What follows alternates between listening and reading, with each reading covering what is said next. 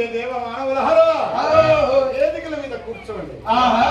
నేను ఎంతో మందికి సమస్యలు వస్తే పరిష్కరించిన వాడను నేను. ఈ పొద్దు నాకే వచ్చిందయ్యా. మరి ఇటువంటి ఎన్నికల పడడానికి మీరు వచ్చినందుకు సంతోషం, చాలా సంతోషం అయ్యా.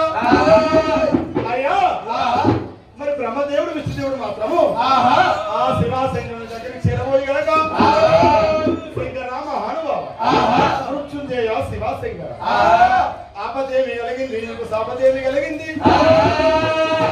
లేనివాడి అందరికి ఈ రకంగా జరేగులు రాసి ఈ ఎన్నికొండ పడడానికి పిలుచుడాయేరా.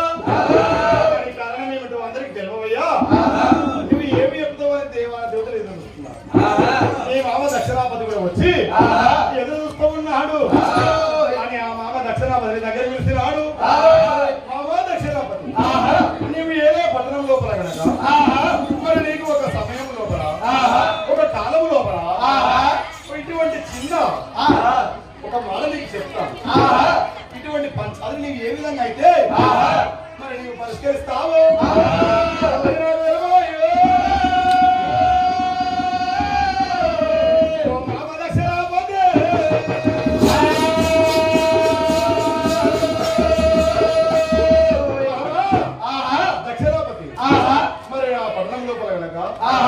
భర్త ఉండగానే భార్య గనక తప్పు చేసి ఒప్పు చేసి తప్పు చేసి నేరంపు చేసి ఉన్న ఆడదానిని నీ పట్టణం లోపల మామయ్య దక్షిణాపతి నువ్వు ఏలే రాజ్యము లోపల అటువంటి ఆడదాన్ని కానీ మగవారిని కానీ నువ్వేమి చేస్తావు జీవన అల్లుడాగిరి శంకరుడు